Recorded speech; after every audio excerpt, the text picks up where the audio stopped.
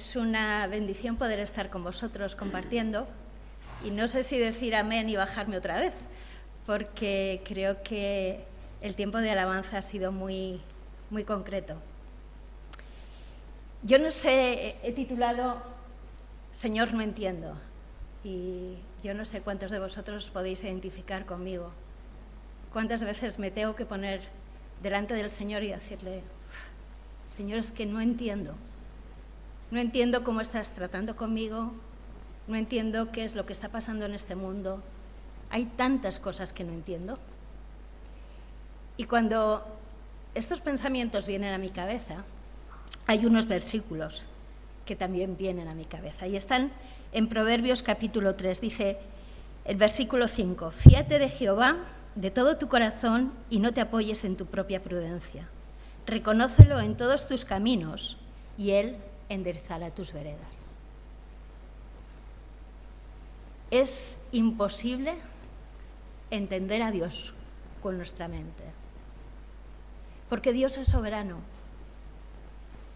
y Dios hace las cosas bien. Y cuando digo que Dios hace las cosas bien, no me refiero a que Dios hace las cosas como a nosotros nos gustaría que las hiciera o como nosotros la haríamos, sino que Dios, que tiene una panorámica completa de toda la humanidad, de toda la historia, de todas las circunstancias, Él hace las cosas bien, obra conforme a su voluntad para cada uno de nosotros. Y a mí esto me lleva a pensar que Dios tiene el control no solamente de la macrohistoria, de todo lo que está pasando en nuestro mundo, en nuestro universo, de cómo Dios sostiene todo lo creado, sino que Dios también tiene en sus manos tu microhistoria.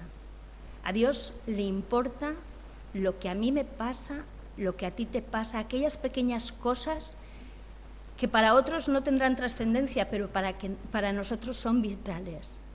Dios tiene cuidado también de esas pequeñas cosas. Y cuando hemos leído esta mañana en Isaías, mis pensamientos no son vuestros pensamientos, ni mis caminos son vuestros caminos. Esto nos enseña cuán lejos a veces estamos de la voluntad de Dios. Y esto a mí me lleva a reflexionar y a entender la necesidad que tengo en mi vida de la revelación de Dios. Y esa necesidad de la revelación de Dios cada día. Y por eso necesito ir a la palabra de Dios. Y yo me creo la palabra de Dios desde el principio hasta el final. Y no os digo que los glosarios y los mapas, pero también entrarían. Creo que la palabra de Dios es una palabra viva y que es inerrante y que tiene la revelación para nosotros, para poder conocer a Dios y para conocer los pensamientos que Dios tiene con nosotros. Y a veces cuando no entiendo, cuando empiezo a dudar, cuando digo, Señor, es que no sé por dónde me da el aire, no sé por dónde coger estas situaciones, me gusta empezar por el principio. Y abro la Biblia por Génesis 1:1 y me encanta porque nos sitúa en nuestra relación con Dios. Y Génesis 1:1 dice, en el principio creó Dios los cielos y la tierra. Y digo, amén. Dios es el creador, Dios es el que lo sustenta todo, Dios es el que me cuida. Ahora, vosotros me preguntáis, ¿quién es el creador? Génesis 1:1, está muy claro. Dios creó los cielos y la tierra, Dios es el creador. Pero si vosotros me preguntáis, ¿y cómo Dios creó los cielos y la tierra? Ahí tengo dudas. ¿Por qué? Porque Génesis 1:1 no lo dice. Y algunos científicos dirán, bueno, es el Big Bang o la teoría de los universos paralelos o la teoría de las cuerdas. No lo sé. Génesis 1:1 no lo dice. Y creo que Dios es soberano para hacerlo como Él quiera. A mí eso no me importa. A mí lo que me importa es que Dios creó los cielos y la tierra. Y Él es mi creador. Y eso es lo que sé. Y a eso me aferro. ¿Cómo hizo Dios? Pues no lo entiendo. No lo sé. Y muchas veces esto se extrapola a cada cosa particular de nuestra vida. Yo sé que Dios me cuida. Yo sé que Dios provee para mí. ¿Amén? Pero ¿cómo lo hace? ¿Cómo lo hace cuando mi realidad es contraria a las promesas que Dios tiene para mí?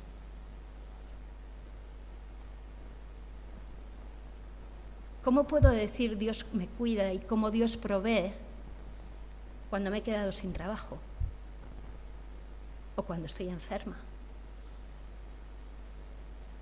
Pues aquí no me queda otra que aplicar la fe. Porque yo sé que si Dios es el creador y Él ha creado, cuando Él dice que es mi cuidador, también me cuida, aunque esté enferma. Y a veces me planto delante de Dios y digo, mira, Señor, yo no entiendo nada, no sé cómo te las vas a apañar, lo tienes muy mal, pero yo confío en ti. Sé que tú me cuidas y sé que tu palabra es verdad. Y sé que cuando tú dices, haces. Y de esto mismo tenemos muchos ejemplos en la Biblia. Y quería compartir con vosotros el texto que hemos referenciado, Primera de Reyes, capítulo 17. Porque Dios tiene cuidado de la macrohistoria, de las cosas que nos rodean en este mundo, pero también tiene cuidado de nuestra microhistoria, de lo que a ti te pasa y de lo que a mí me pasa, a nivel personal.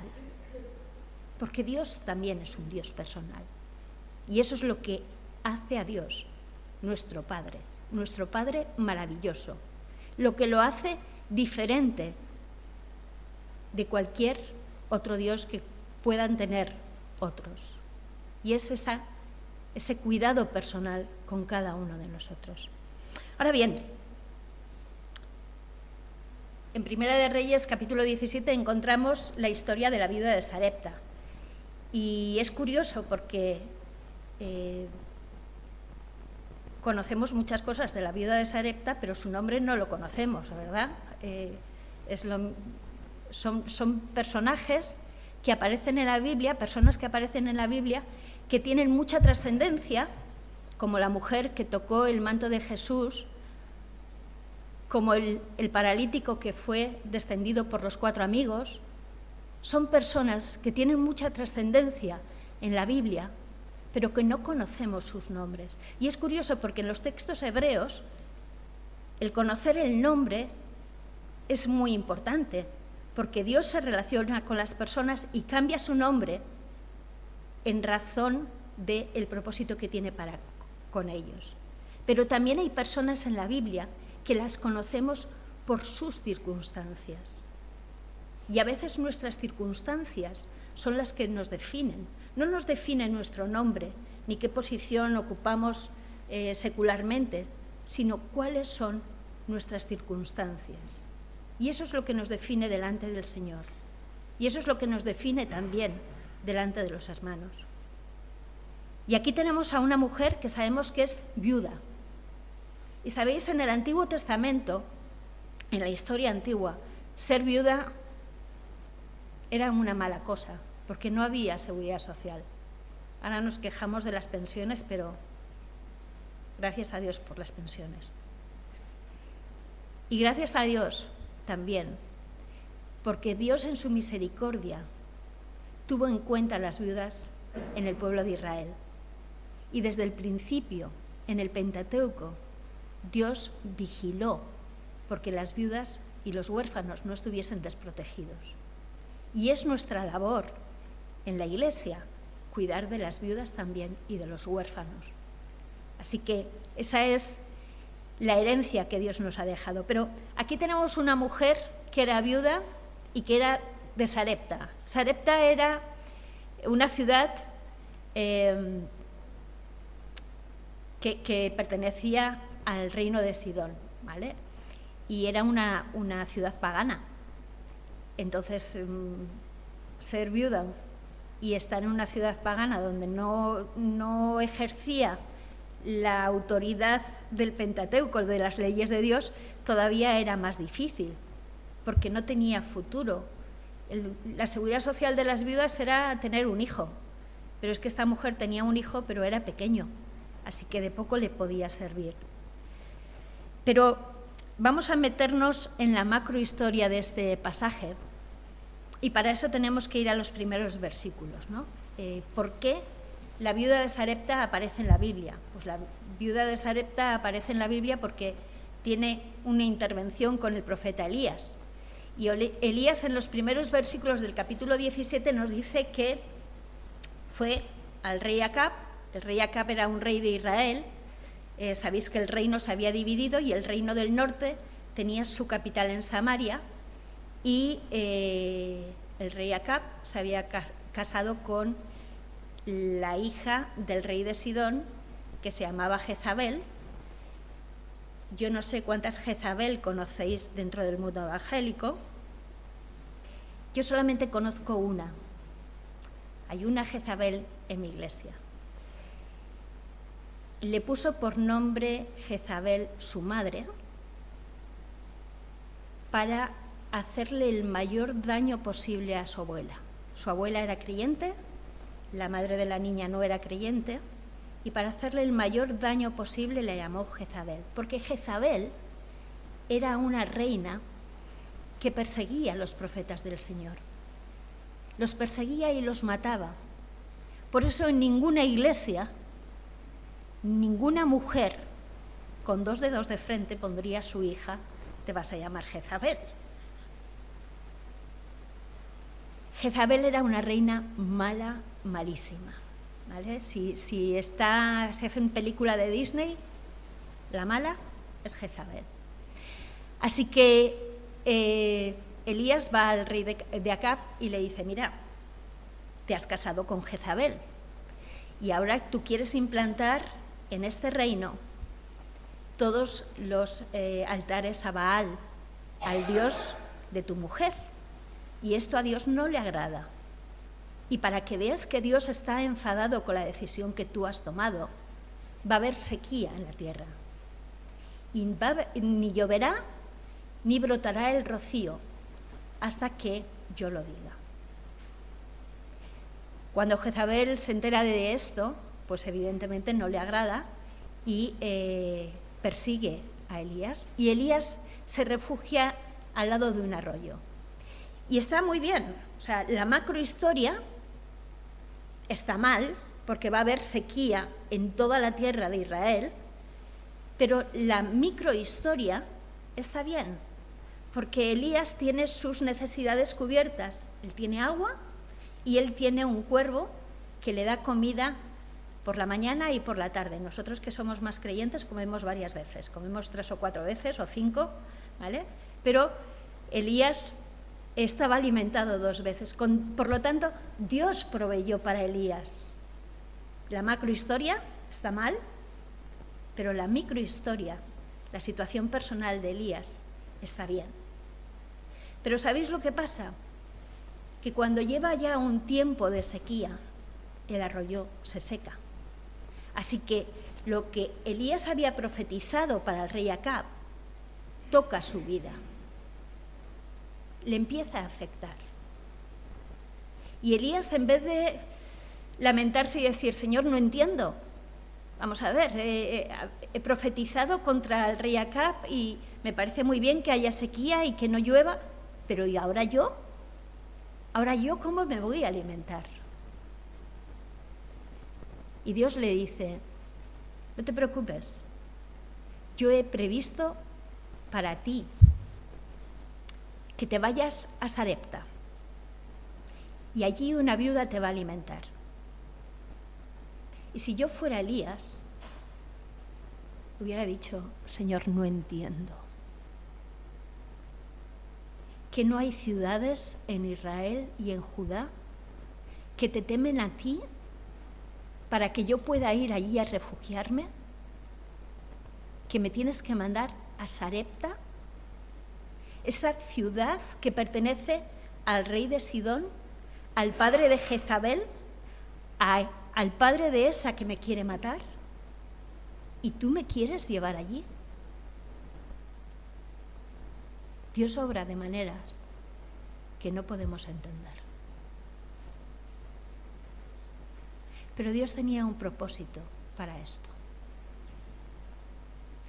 Le dice, te va a alimentar una viuda. Y yo me imagino la cara de felicidad de Elías. ¿Una viuda?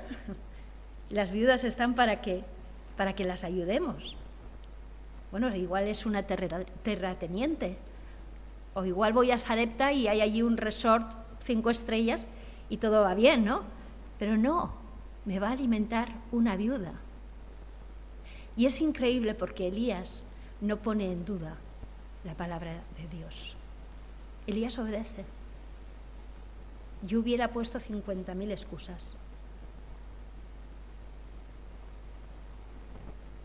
Mi inteligencia hubiera empezado a maquinar 50.000 salidas más honrosas que irme a Sarepta y ser alimentada por una viuda. Y a veces nuestro orgullo espiritual nos juega estas malas pasadas. No sé cuántas veces habéis sentido que el Señor os decía algo, que vuestra mente decía, esto no va a salir bien, mira, Señor, es mejor que... Y empezáis a proponerle salidas alternativas al Señor. Elías obedece. Y Elías se va a Sarepta y allí vio una viuda y dice, perfecto, la palabra de Dios se está cumpliendo. Tenemos una viuda y esta viuda va a ser la que me va a alimentar. Así que conforme ve a la mujer que se acerca, le dice, oye, dame de beber. Y es fantástica la disposición de esta mujer al servicio, porque dice, vale, te doy de beber. Y conforme va para ir a darle de beber, Elías le dice, espera. Y además, tráeme algo de comer. Y la viuda dice, mira, dame de beber, sí, no hay problema. Yo te doy de beber, pero dame de comer. No. Dame de comer, no. No sé si alguna vez habéis tenido la sensación de que Dios os pide demasiado. La viuda le dice a Elías, mira, te voy a contar mi situación, mi microhistoria. Soy viuda, tengo un hijo pequeño y solo me queda un pequeño puñado de harina en una vasija y un poquito de aceite en una tinaja. Y he salido para buscar leña y preparar la poquita comida que tengo para mí y mi hijo y dejarnos morir, dejarnos estar, porque ya no tengo futuro, ya no hay esperanza. A veces nosotros reaccionamos de la misma manera. A veces nosotros le decimos al Señor, mira, Señor, tú me has pedido mucho y yo te he dado lo que me has pedido, pero ya llega un momento en que ya no te puedo dar más. Y cuando toca lo más profundo de nosotros, a veces le decimos, mira, Señor, hago así, pero esto.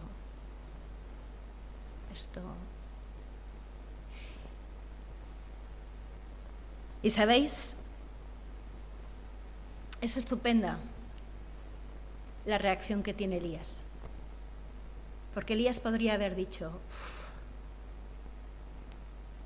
esto no es lo que me esperaba. Esta mujer no me puede dar de comer, la palabra de Dios no se va a cumplir.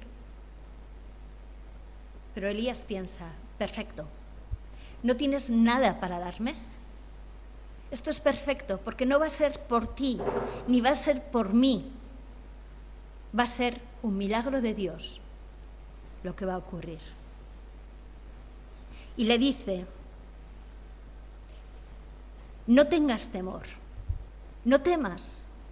Y sabéis, Dios dice muchas veces estas dos palabras en la Biblia, no temas.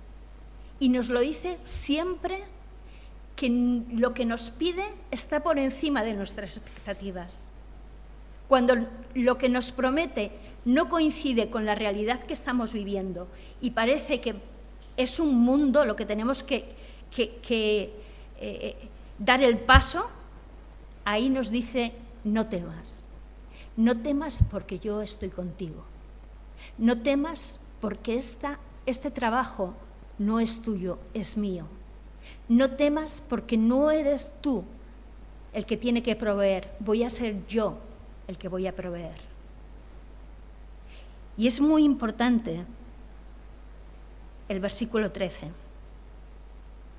porque dice, no tengas temor, haz como has dicho, pero hazme a mí primero de ello una pequeña torta cocida debajo de la ceniza y tráemela y después harás para ti y para tu hijo. ¿Y sabéis lo que encontramos en este versículo? 3 cosas fundamentales.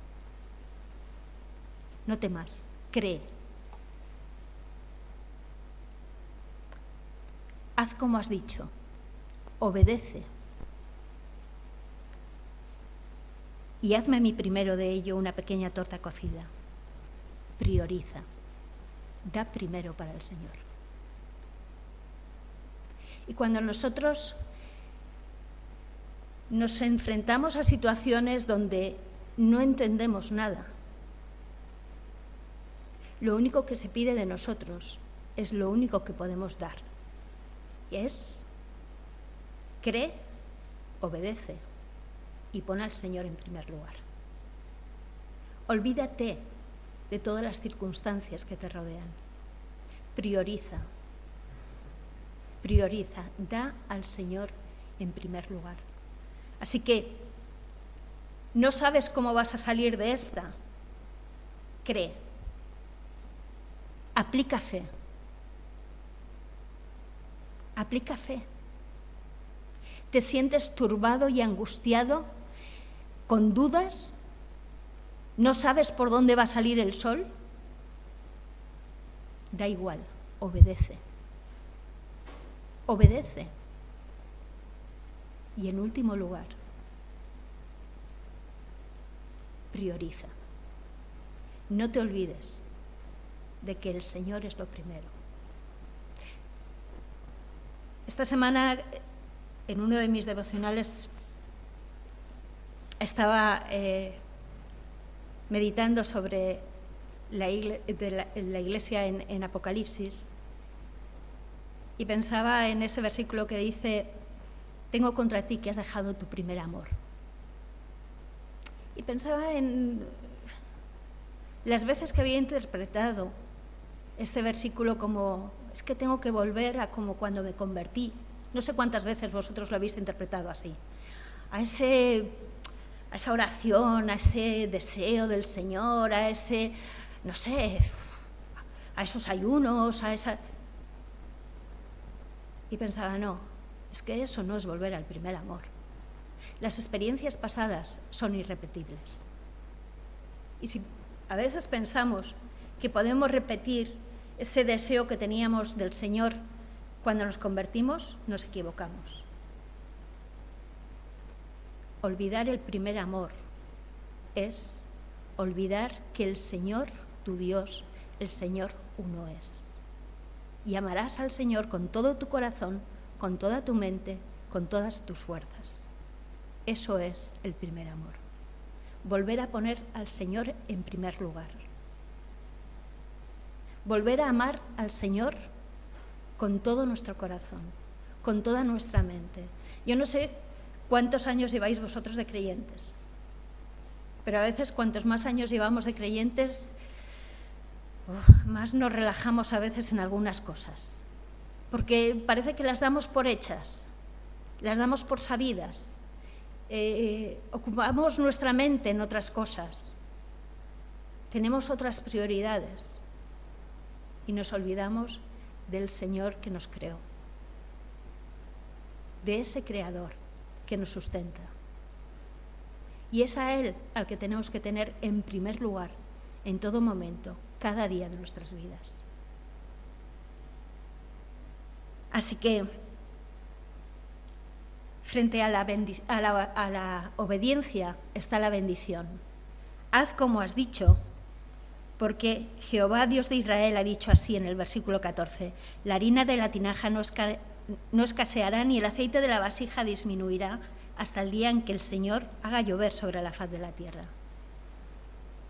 Si queremos bendición en nuestras vidas, tiene que haber obediencia. No hay bendición sin obediencia. No hay bendición sin un reconocimiento de quién es Dios.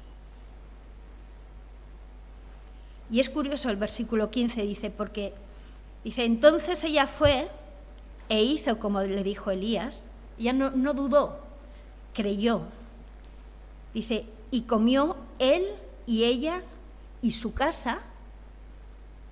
Y fijaos la última parte, muchos días.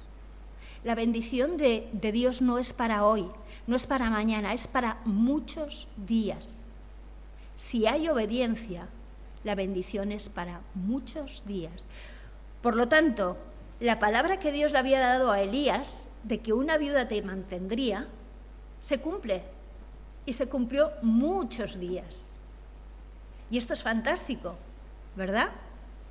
Porque tenemos un Dios fiel que cumple sus palabras. Pero aquí no se termina la historia. Dice que después de estas cosas, después de muchos días, aconteció que el hijo cayó enfermo y murió. Y es curiosa la reacción de la viuda, porque va a Elías y va con un reproche y le dice, ¿a qué has venido? ¿A qué has venido tú? Ahora que el presente estaba asegurado, mi hijo, que es mi futuro, ha muerto.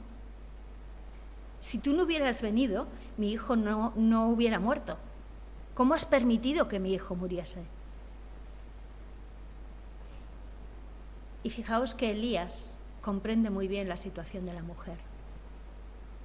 Elías le podría haber dicho, si yo soy Elías, le digo, si yo no hubiera pasado por Sarepta, tú no sales ni en la Biblia. Así que yo tengo mucho que aprender de Elías. Elías entiende la situación de la mujer y no le reprocha en ningún momento de decirle, perdona, pero ha pasado lo que tú ya habías planeado. Tú habías planeado coger leña, hacer un panecito con la harina y con el aceite que tenías y dejarlos morir. Y de esto ya hace muchos días que tú habías planeado esto. Entonces, no me culpes a mí de lo que ha sucedido. Y muchas veces nosotros reaccionamos como esta viuda. Culpamos a Dios de situaciones que estamos viviendo que no tienen nada que ver, que igual las hemos planeado nosotros, que nos las hemos buscado nosotros. Pero Dios es misericordioso. Y lo que hace Elías es muy importante porque es la primera resurrección que aparece en la Biblia. Elías resucita al hijo de la viuda. Y la resurrección nos habla de volver a empezar, de volver a retomar, de volver a tener esperanza. Es esa esperanza. Nosotros podemos no entender a Dios, pero cuando nosotros vemos cómo Dios obra en nuestras vidas, a pesar de nosotros mismos, a pesar de nuestras dudas, pesar muchas veces de nuestra falta de fe, Dios sigue obrando en nuestras vidas, porque Dios sigue siendo fiel a las promesas que nos ha hecho. Y Dios sigue cuidándonos y sigue manteniéndonos en sus manos. Entonces resucita en nosotros ese espíritu de querer buscar más al Señor, de querer volver a creer, volver a empezar a confiar, volver a amar a ese Dios con todo nuestro corazón, con toda nuestra mente, con todas nuestras fuerzas. Por eso es importante la resurrección en este pasaje. Y sabéis algo muy interesante para terminar, es que la viuda, la primera vez que ve a Elías, sabe quién es. No se nos dice si había oído hablar de él o no, pero la viuda reconoce a Elías cuando lo ve. Y en el versículo 12 dice: vive Jehová tu Dios. Vive Jehová tu Dios, no el mío. Marca esa diferencia. Es tu Dios, no es mi Dios.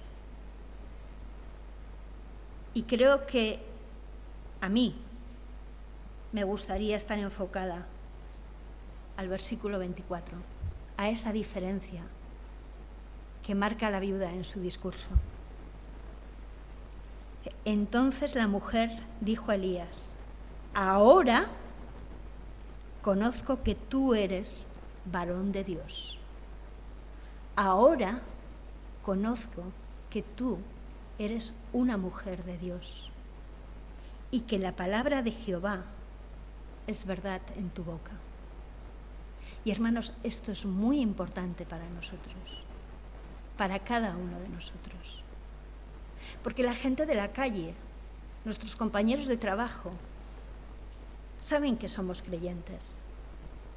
Y muchas veces nos dicen: es que tu Dios...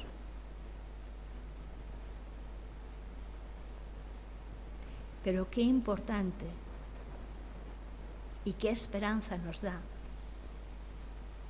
que vengan y nos digan: ahora conozco que tú eres una mujer y un hombre de Dios, y que la palabra de Dios es verdad en tu boca.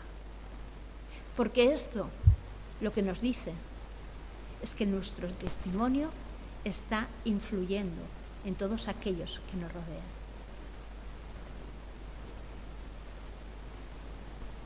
Cuando decimos: Señor, no entiendo, tenemos que pensar en todos aquellos que nos rodean. Y tenemos que hablar con la confianza y la certeza de que Dios tiene el control de todas las cosas. Con la confianza y la certeza de que Dios nos cuida. Con la confianza y la certeza para transmitir a todos aquellos que nos rodean que nuestro Dios puede ser su Dios, porque es el que tiene el control de todas las cosas que ocurren. Y Dios no nos va a dejar de su mano, y Dios no nos va a desamparar. Y quizá Dios nos pida el agua y también nos pida el pan. Pero ¿sabéis? En Juan 6:35 nos dice: yo soy el pan de vida, el que a mí viene nunca tendrá hambre, y el que en mí cree no tendrá sed jamás. Así que puede que Dios te pida el agua y Dios te pida de comer, y sea lo poquito que tengas. Pero nuestra confianza está en el que va al Señor Jesús, no tendrá hambre nunca y no tendrá sed jamás, porque Él provee para nosotros. Y si me pide lo poquito que tengo, las poquitas fuerzas si me pide lo que más quiero, esté dispuesto a dárselo. Y quizás sea la vida de un familiar, o mi tiempo, o mi economía, o mis fuerzas. Lo poquito que tenga, Dios va a proveer. Porque jamás tendremos sed y nunca tendremos hambre, porque Él ha saciado todas nuestras necesidades. Así que espero que este texto nos ayude a presentarnos delante del Señor cada vez que no entendamos y poder decirle con humildad: mira, Señor, no entiendo, pero confío, creo que tú tienes la mejor salida para mí, la mejor salida para esta guerra, la mejor salida para nuestros hermanos ucranianos y rusos, la mejor salida para aquellos que están pasando necesidad, porque Dios tiene cuidado de nosotros, de cada uno de nosotros. Que el Señor nos bendiga.